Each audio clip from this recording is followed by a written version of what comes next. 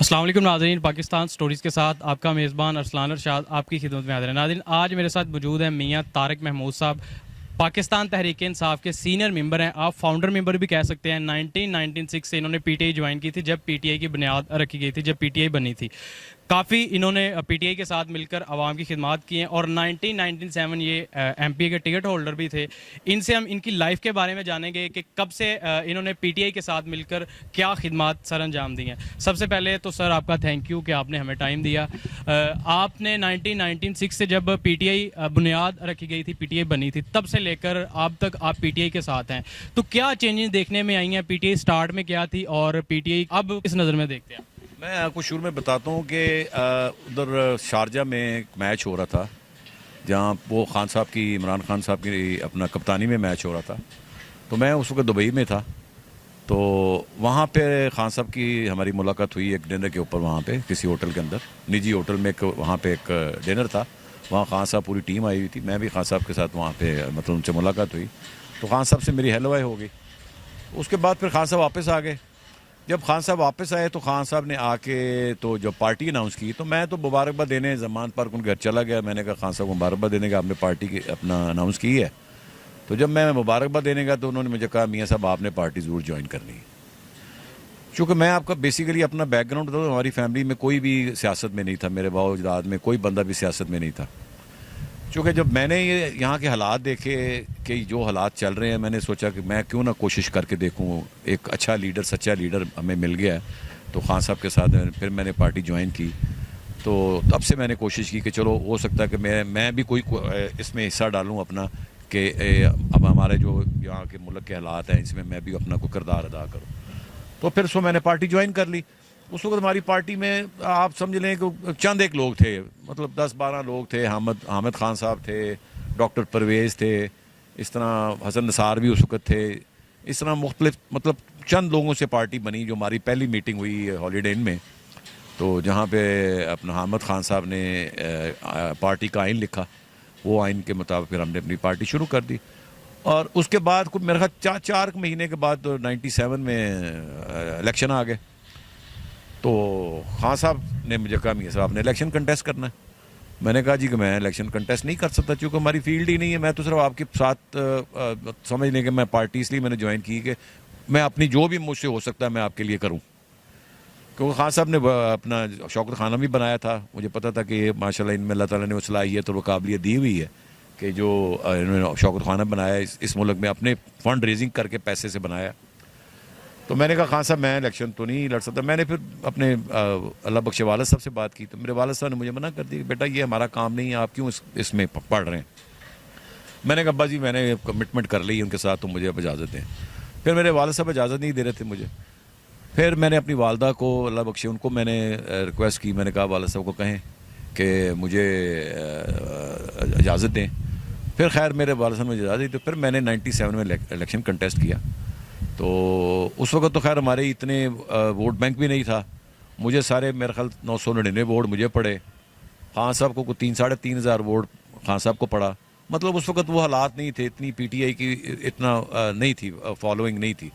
खैर आहिस्ता आहिस्ता चलते रहे खान साहब के साथ। खान साहब के साथ मैं मुख्तलिफ शहरों में बाई रोड मेरी गाड़ी पे खान साहब को हम ट्रैवल करते रहे। कभी उकाड़े, कभी पिंडी, कभी मियाँ वाली, मतलब मुख्तलिफ शहरों में हम लोग ने विज़िट किया। तो उसके बाद फिर हमारा पहला ऑफिस बना स्कॉच कॉर्नर में, नहर के ऊपर। वहाँ पे हम काफ़ी देर रहे। उस वक्त सईदुल्लाह न्याजी साहब जो खान साहब के कज़न हैं, वो प्रेसिडेंट थे पंजाब के। तो बस फिर उस मुख्तलिफ मतलब चलते रहे। उस वक्त हमारा ये हाल था कि हमारे पास ऑफिस में चाय के कप नहीं होते थे, हमारे पास ग्लासेस नहीं थे। अगर को हम 30-40-50 बंदे अगर इकट्ठे कर लेते, उनको खाना खिलाने के लिए हमारे पास गुंजाइश नहीं होती थी। ये तब की बात आप करें जब स्टार्टिंग हुई? मैं आप स्टार्टिंग की बात करूँ, इलेक्शन तो बाद में आया ना।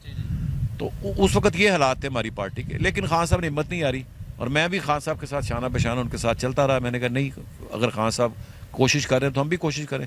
बहरहाल उसके बाद पार्टी चलती रही। हम मतलब मुख्तलिफ शहरों में विज़िट करते रहे। मतलब एक ये भी वक्त था कि किसी का दरवाज़ा हम नॉक करते थे, पीटीए से वो दरवाज़ा बंद कर लेता था। ये हालत थी पीटीए की। लेकिन बहरहाल खान साहब की मेहनत और काविश से पार्टी आहिस्ता पार्टी का वजूद बनना शुरू हो गया। उसके बाद पार्टी के मुख्तलिफ उहदों में रहा हूँ। मैं प्रेसिडेंट पंजाब लेबर विंग रहा हूँ। मैं फिर 2013 में हमारा जो अपना इंट्रा पार्टी इलेक्शन है उसमें मैंने कंटेस्ट किया, उसमें सेक्रेटरी इंडस्ट्री में मैंने अपना वोट लिया और मैं कामयाब हुआ उसमें। फिर इस तरह मैंने फिर डिप्टी सेक्रेटरी इंफॉर्मेशन भी बना हूँ पंजाब का, मतलब मुख्तलिफ ओहदों में रहा हूँ। फिर 2002 का इलेक्शन तो हमने मेरा ख्याल बाईकाट कर दिया था। फिर 2013 के इलेक्शन में मैंने फिर टिकट के लिए अप्लाई किया। उस वक्त जो पार्लियामेंट बोर्ड के बंदे थे वो डिसलाइक करते थे, उनको कोई अपनी मजबूरियाँ थी या क्या उनके मसाइल थे, उन्होंने टिकटें अपनी मर्ज़ी की थी। रिज़ल्ट तब भी कोई इतना ख़ास नहीं आया। फिर 2018 में जब इलेक्शन हुए तब भी मैंने टिकट के लिए अप्लाई किया, तो तब अलीम खान साहब प्रेसिडेंट थे सेंट्रल पंजाब के, उन्होंने टिकटें अपनी मर्ज़ी से पता नहीं किस तरह बेची या क्या किया उन्होंने, वल्लाह आलम, उसका मैं मतलब नहीं कह सकता। बहरहाल उन्होंने दिया, वो आपने देखा ही था कि रिज़ल्ट जो आया था अपना सेंट्रल पंजाब का बहुत गंदा रिज़ल्ट था, जिस पे खान साहब भी बड़े खायफ हुए, नाराज़ हुए, चूँकि वो पीटीआई के फेसेस नहीं थे। वो लोग जो अभी नए नए जिन्होंने पार्टी में उसमें कुछ वडेरे थे, उसमें समझ लें को इलेक्टेबल उन्होंने समझ के लिए, वो इलेक्टेबल 40-40 मेरे हल्के में जिस बंदे को टिकट दी वो कोई 15 दिन महीना पहले पार्टी उसने ज्वाइन की, नून लीग से आया था, उसको पता नहीं किस तरह टिकट मिली, वो 40,000 वोट से वो आ रहा। सॉरी मैं इधर बात आपकी कर रहा हूँ कि वो उस खान साहब को नहीं पता था कि आपको वो टिकट क्यों नहीं दे रहे थे, अल्लाह ना कि आपने 1997 में जो स्टार्ट हुआ तब टिकट लिया। खान साहब मैंने बल्कि इवन प्रोटेस्ट किया, मैं जब खान साहब आए मैं एयरपोर्ट पे गया, मैंने खान साहब को कहा खान साहब मुझे टिकट नहीं दी इन्होंने, मैंने अप्लाई किया था। खान साहब ने मुझे अपना मज़ाही अंदाज में कहा मियाँ तुम्हारी टिकट तो कन्फर्म हो गई है। मैंने कहा जी खान साहब मेरी टिकट कोई मेट्रो की टिकट आपने मुझे दे दी है। फिर खान साहब को एयरपोर्ट से खान साहब ने मुझे कहा चलो जमान पार्क आओ, मैं जमान पार्क जा रहा हूँ। मैं जमान पार्क गया, वहाँ गया तो वहाँ प्रोटेस्ट हो रहा था, काफ़ी सारे लोग जिनको टिकटें नहीं मिली नाराज़ थी, बहुत बड़ा क्राउड था। वहाँ खान साहब से मुलाकात ना हो सकी। खान साहब को उसके बाद जाना था अलीम खान के ऑफिस गुलबर्ग में। जब वो गुलबर्ग में गए तो वहाँ पर मैंने उनकी गाड़ी रोकी खान साहब की। मैंने फिर खान साहब को वहाँ कहा, मैंने कहा जिन लोगों ने टिकटें बेची हैं, अलीम खान गाड़ी चला रहा था। मैंने कहा खान साहब मेरे टिकटें, खान साहब ने कहा आपका सबूत है? मैंने कहा जी हाँ मेरे पास सबूत है। ये खान साहब ने कहा कि खान साहब ने कहा कल तुम मेरे पास जमान पार्क आओ। कल मैं जमान पार्क घर गया, फिर खान साहब ने मुझे कहा यहाँ हमने गवर्नमेंट बनानी है तो तुम मैं अकोमोडेट कर दूंगा, हमारी गवर्नमेंट बनेगी तो अभी फ़िलहाल जो टिकटें इशू की हैं उनको चल रहे। मैंने कहा खान साहब ने मुझे फिर हुक्म किया कि जी आप मेरा जो 129 से इलेक्शन लड़ रहे थे, आप जाके मेरे हल्के की कंपेन करो। फिर मैंने अपने हल्के की उस हल्के की 129 में डोर टू डोर कंपेन की, वो महीना पूरा कंपेन की। उसके बाद खान साहब वहाँ से इलेक्ट हो गए, जीत गए वहाँ से। तो उसके बाद फिर जनाब जब बारी आई, जब प्राइम मिनिस्टर बन गए, मैं 2-3 दफ़ा गया, प्राइम मिनिस्टर ऑफिस भी गया, उधर असम्बली पे भी खान साहब बोले। खान साहब ने कहा कि जी इंशाल्लाह आपको अकोमोडेट करते हैं, लेकिन चूँकि कुछ अनासर ऐसे वहाँ बैठे हुए थे कि जो मतलब लाइक नहीं करते थे पुराने लोगों को, जबकि उनको ये एहसास नहीं था कि इन पुराने लोगों की वजह से आज हम इस मुकाम पर पहुँचे हैं। अगर हम उस वक्त मेहनत ना करते, जो चंद लोगों का फिर आहिस्ता आहिस्ता काफिले में आ गया, काफिला बन गया, तो वो नहीं लाइक करते थे कि ये जो पुराने नज़रियाती आए हमारा, ये तो सारे स्काई लैब के तरीके से आए थे, कोई बाहर से आ गया, कोई इधर से आ गया, कोई इधर से आ गया।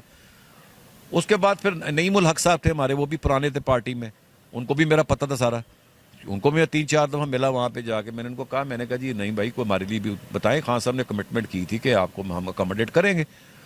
नईम भाई ने भी नारे लगाते रहे, अच्छा कर रहे हैं, हमने भेजी है, समरी भेजी है फलान के, भाई कुछ नहीं हो हमारा।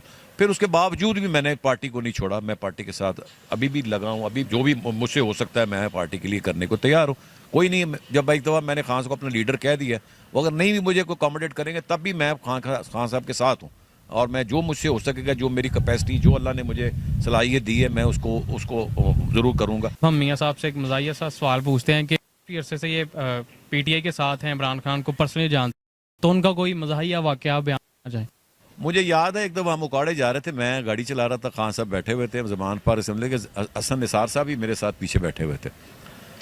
तो हम निकले जमान पार से, खान साहब ने मुझे फ़ोन करके बुलाया कि हमने उकाड़े चलना है। मैंने कहा मैं आ गया। मैं जमान पार खान साहब को पिक किया तो हसन निसार भी वहीं थे, हसन निसार पीछे बैठ गए।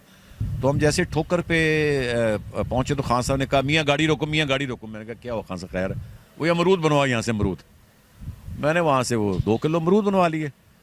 अब फिर वो अमरूद बना के तो मैंने ला के खान साहब को लिफाफे में दिए, उसने लिफाफे में ला के मैंने खान साहब को पकड़ा दिए। खान साहब ने दोनों टांगे खोल के लिफाफा पकड़ लिया, खान साहब ने खाना शुरू कर दी, मैंने गाड़ी चलाना शुरू कर दी। तो वो हमको मेरा ख्याल कुछ ज़्यादा कितना कुछ 30-40 किलोमीटर दूर गए हैं, वो तो लिफाफा ख़त्म।